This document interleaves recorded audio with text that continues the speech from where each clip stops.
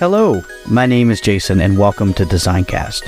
It's a podcast where I interview a wide range of guests and ask the question, how do you design education? Why is this important? Students all learn differently and need varied teaching methods to be successful. It is more important now than ever to accommodate and personalize education for all students as much as possible. I use my 25 years of experience as an educator to ask questions and to learn about the exciting things people are doing to provide for all students and their unique perspectives. Each episode, I chat with guests from all over the world, from classroom teachers, authors, consultants, and beyond. We chat around a range of topics that we feel are important right now. Will you join me in this journey to learn and grow together? If it's your first time here, welcome. Thank you so much for taking the time to check it out.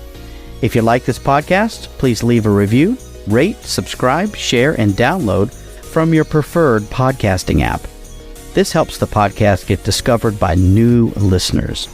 Also, please use the hashtag Designcast when discussing your thoughts and feedback on your favorite social media platform. Check out my website, www.jasonreagan.ga, to connect with me. I would love to hear from you. Thanks for listening, so let's get on with the episode.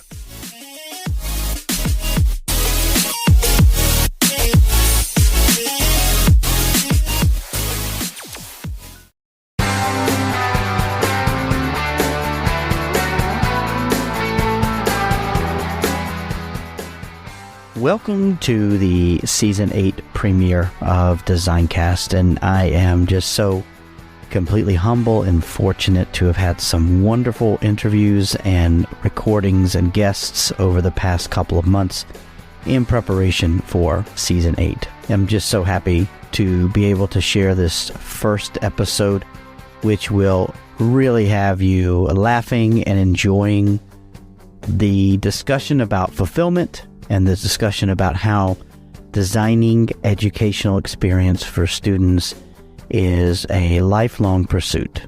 So this first guest for Season 8 is Levi Allison. And Levi grew up in a small town in Kansas, and he had dreams of traveling the world. So he attended the University of Kansas and obtained a BA in music education.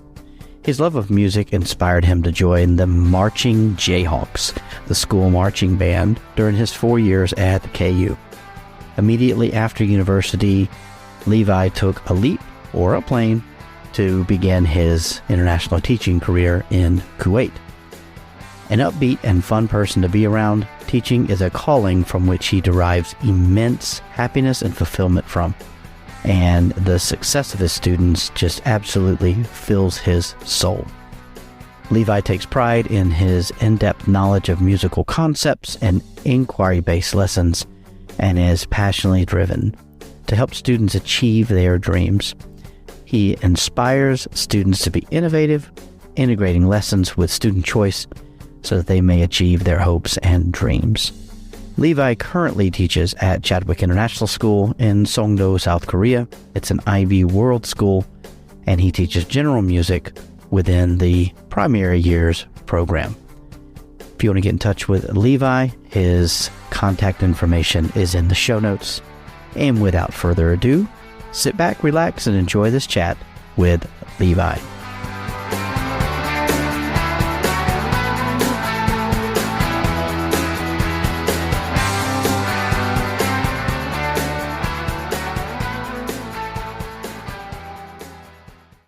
Welcome back to another episode of Designcast, and I'm absolutely humbled and so excited to have Levi Allison with me. Levi, good evening. How are you? First of all, thank you, Jason, for inviting me here on Designcast, and I am doing very well. Weston is over there sleeping on the couch, enjoying a nice evening in the warmth where it is very cold here in South Korea. Yeah, Weston is your absolutely gorgeous golden retriever. He's absolutely beautiful. So he's one of my favorite four-legged friends. And so thank you. My boys miss him tremendously. So I know Weston misses a lot of his friends because a lot of his friends have left and he's rather bored. So he's looking forward to getting home at Christmas. Oh, I'm sure he is. I can't wait to see him again soon. So Levi, listen, you and I have been friends for a while, and I really appreciate you taking some time to chat with me. And so as I have been kind of reimagining what DesignCast could be about, I've been thinking a lot about how educators have a part to play in designing the educational experiences for the people around them, their students, and how they make learning more rich and enriching to those students. And so I want to hear a little bit about you. Could you introduce yourself and then give us just a little snapshot of what you do to help design educational experiences for students? Of course, happy to. So I am from the Midwest in Kansas in the United States, went to a family alma mater, University of Kansas. It was my dad's favorite university, so that's what I had to do. I had to go to that one, so that's what we did.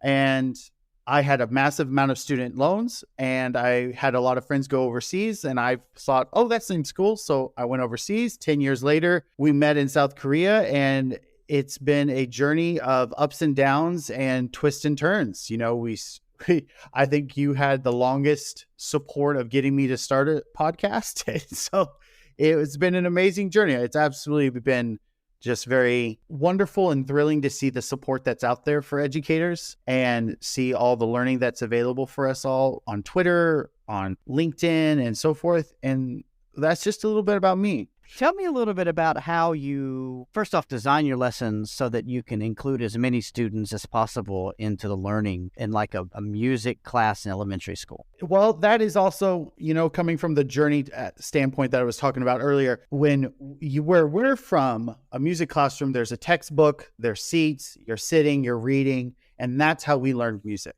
So when I went to school and I realized that music was such more of an experience and an engaging activity, and it's messy, kids are creating, and I had no idea what that was. So there had to be a lot of learning, a steep learning curve for me.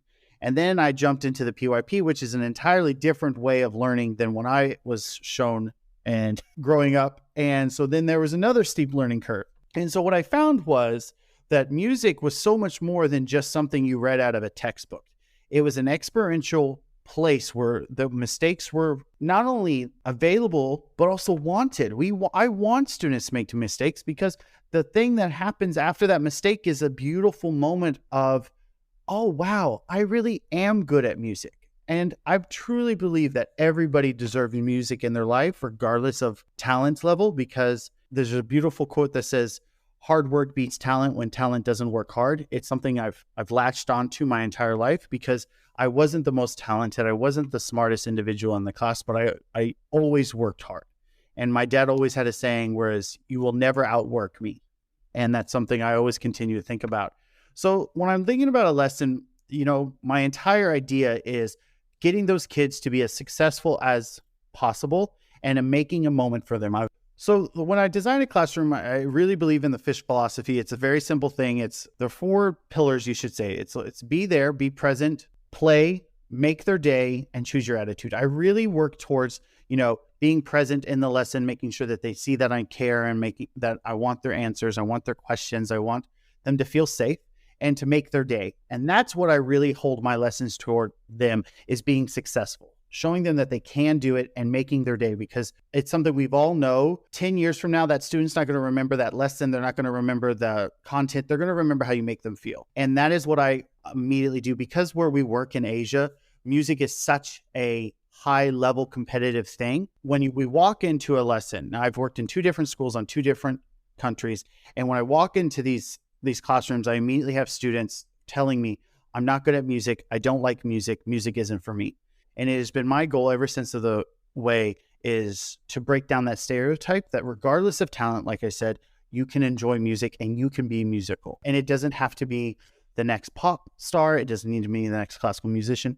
So when we look at designing this, we're creating entry points of variety levels. Some students are going to be able to enter in a very basic level, of what we call beginning level, and some students are going to enter at a very high level. And so when we're thinking of different activities and different lessons and questions, I'm trying to get these students able to enter at a way that most makes them challenged, but also excites them to continue working towards developing their skills and content. I love that, man. Thank you for sharing that with me, Levi. I mean, I have walked past your classroom with students in it countless times and seen the joy and the excitement of them when they're doing, whether it's singing or playing musical instruments or banging on a drum or doing whatever. It's great to see. And I know that you love to even take kids outside and enjoy for sure. being outside. So what are some of the things that you do that are not really what we would call like traditional classroom activities? I love that you asked this because we just did something and I was super proud of it. It's one of my activities and I've never understood where this idea came from, but one day I had it. I love T-charts. I love double T-charts. I love graphic organizers. I think they're super helpful in getting students to think about them. And I love scavenger hunts. One way for grade 1, I had students were looking at different pitches and we're exploring highs and lows and the mediums and going through that. And I was having trouble getting my students to realize that high sounds are not loud sounds and low sounds are not loud sounds or soft sounds. And so, and that is a usual misunderstanding. And that's something we talk about and everything. But anyway, I had this idea of having students go on a pitch scavenger hunt. And so I gave them a mallet. I gave them a double T-chart and I said high sounds and low sounds. And they went around campus tapping everything in between and then listing all of the different sounds that they found. I loved it, and I might be a little bit biased, but I thought it was really wonderful because then when they brought back all this information and all this data, we had such beautiful and rich discussions about the world around them and music that was around them. And it didn't have to involve the greatest composers. It didn't involve expensive instruments, but it let them be very childlike and see that there's music around them. So that was one activity. Another activity that I absolutely enjoy is just taking simple chalk out and going into the sidewalk and having students create music in a way that works for them. One time last year during a beautiful summer day, I had students create hopscotch games based on rhythm. And I was blown away by how engaged and excited they were about a simple little hopscotch game about rhythm. That was, you toss a beanbag, they jump on it, they read the rhythm, the other guy comes on, and I was just like, wow. And I never would have thought of that. I would have always thought like number 1, rhythm, number 2, rhythm. But this way, everybody got to be involved and it was an idea from the kiddo. I'm sure those are very memorable experience for the students. And so thank you for sharing the way that you include more students in your everyday practices. So thank you for that, Levi. And I'm sure you've got 1,000 stories you could tell me and everyone else about these kinds of things. But I want to ask a little bit about what you mentioned very briefly earlier, and that is your podcast, because I know that you're heavily involved with creating content and that includes a podcast. So can you tell everyone a little bit about your podcast and like what made you want to do that and what you're doing with it? Well, I want to stop right there. I didn't want to do it. I had a very, very good friend from Georgia who pushed me for half a year to start this. And his name's Jason Reagan. No, seriously, from May to December, you were like pushing me so hard to start a podcast. And then I was like, fine, we'll start and we'll see what happens. And then it's been such a beautiful journey. And I've had some amazing experiences with people that I really admired and find inspiring, such as yourself, my dear friend Tanya Gilchrist, my friend Kevin O'Shea, all these people that you and we walk the Twitter halls with, that I like to say. Yeah. And so, yes, I started a podcast. It's called Recess Duty. I thought about, the things that I love about what we do. And the things that I love, and I know you love this too, is talking to educators about education. I love to chat with this. This is one of my favorite things to do. And I wanted it to be like those 2 teachers on the field during recess duty, just chatting, sharing ideas, what went right, what went wrong, what are we going to do next? How did this work? How did it not work? And that's what I wanted. I wanted to create an environment of collaboration for teachers across the gambit. So I've tried to make it as enriching and as safe as an environment as possible for people listening and people coming on. And it's been an amazing journey. I absolutely loved it. We're on episode 32, I believe, with Megan Glesh just came on, this amazing new teacher, a friend of ours actually, who now lives in Thailand working at Prim. And she was talking about the amazing literacy that she was doing and involving students and creating content standards together with students and creating goals. And it was just beautiful. And I really love hearing those stories because every teacher has hundreds of success stories. And I think we really need to, listen to those success stories a lot more. Your podcast is very well produced and created, and you've got a good vision. And thank you for sharing that with all of us. I think that if people aren't listening to it yet, they should. It is one of my favorite. It's on my listening cue. So I do enjoy thank you. doing that and listening to you. And so you also do some other kinds of content creation. What kind of stuff are you into right now? I had to step away from a little bit of the podcast this semester due to like some things happening in personal life and working with my little pup here. And so I started working on creating resources for teachers who are new to the PYP or looking for questions that they could ask to help develop students' thinking, and creating graphic organizers and to help them. So I have this wonderful friend who's a graphic designer. I'll do some sketches on paper and then she'll turn these into really wonderful graphic organizers. One of my favorite ones is I love hitting students into groups, and I love creating what I call super thoughts. So it's this giant piece of paper that are in 4 quadrants, and in the middle is a big bubble. So every kiddo gets their own quadrant and then has to rotate it, add onto it, rotate it, add onto it, rotate it. So every kid writes on every quadrant, adding their ideas to all it. And then at the end, all 4, 3, 2 children have to come up with a super thought. What is the big idea that you're talking about? And they put it in the middle, and that's how we reflect on it. This has been such another really up and down thing of listening to what do educators want? What are some ideas that they're looking for? What do they need help for? And really putting myself in their shoes, because as a music teacher, I'm not going to tell you how to teach math. I can tell you some ideas, how to get kids engaged, but I'm never going to say this is the way. And I really love listening to some colleagues far and wide about what they need in different subject areas and different questioning routines and so forth. And so that's been one aspect of my content creation that I've been very proud of. Well, I've loved enjoying the journey with you, Levi, and I know that you're going to go great places, and I can't wait to continue to follow that journey with you. And so I really appreciate you being on today. I will make sure that we include all of your contact information and following information in the show notes. Yes, please do. Please do. And so I just wanted to ask you one more thing, and that is, if you could go back in time, what would you tell your younger self? Oh, this is a good question. I think I should add this to my podcast.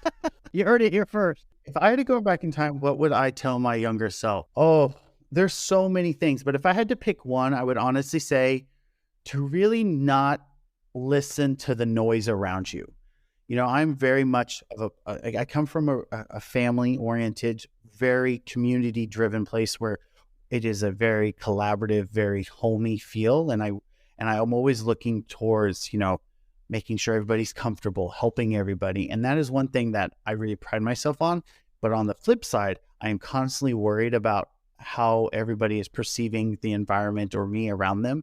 And I would really like to tell my younger self, it's really great to be empathetic and sympathetic, but when it starts to cause you mental distress, we need to really make sure that we're listening to the right kind of noise. And that is something that I personally have been working on in the last few years, and to really see where is this noise coming from and whether or not I can actually do anything about it. So if I had to tell my younger self, really, pick the noise that you want to listen to, but you don't need to listen to all of it. Okay.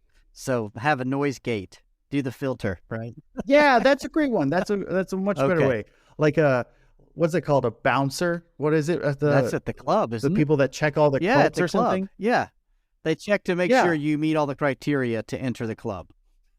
So you need a mental bouncer. We need a mental bouncer to help each other keep on track without mental distress. I never saw that going in that direction. So as usual, Levi, you have surprised me yet again. Thank you for that. Well, got to keep you on your toes. Well, listen, this has been great. We could record a long format podcast, I'm sure. But I think that this is just amazing what you're doing, and I really do appreciate you taking the time to talk to me. I will make sure to include everything in the show notes about how to either access your materials or to get in touch with you. So thank you so much for your time, Levi. Of course, more than happy to be here with you, buddy.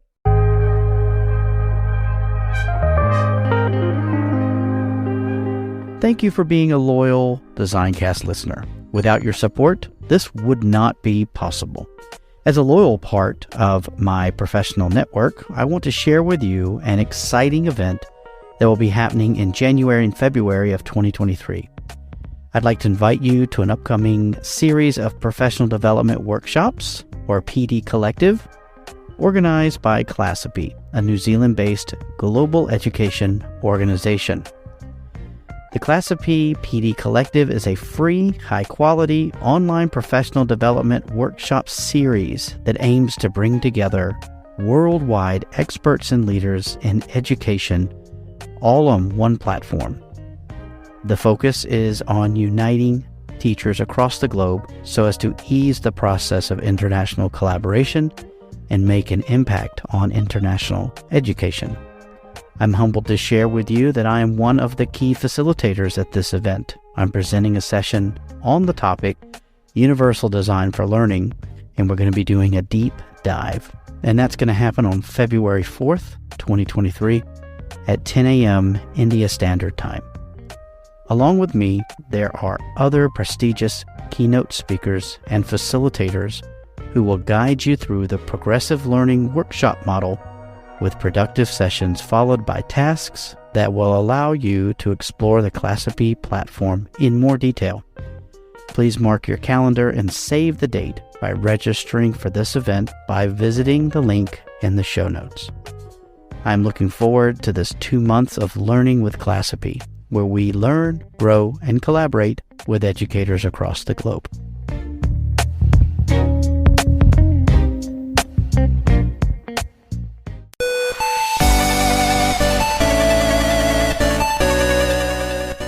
I hope that you enjoyed that episode of Designcast. Again, I'm Jason.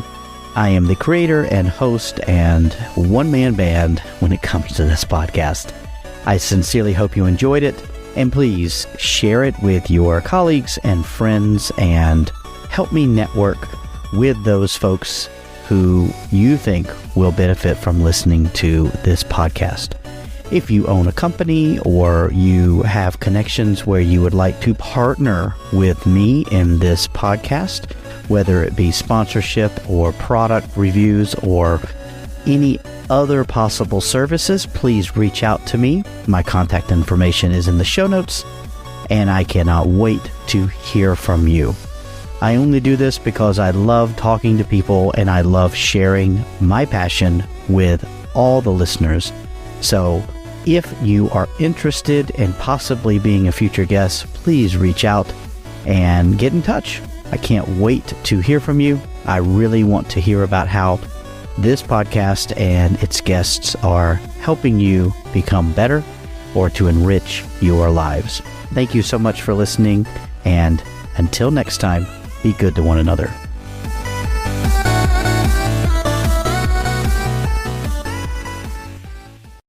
This podcast is a proud member of the Teach Better Podcast Network. Better today, better tomorrow, and the podcast to get you there.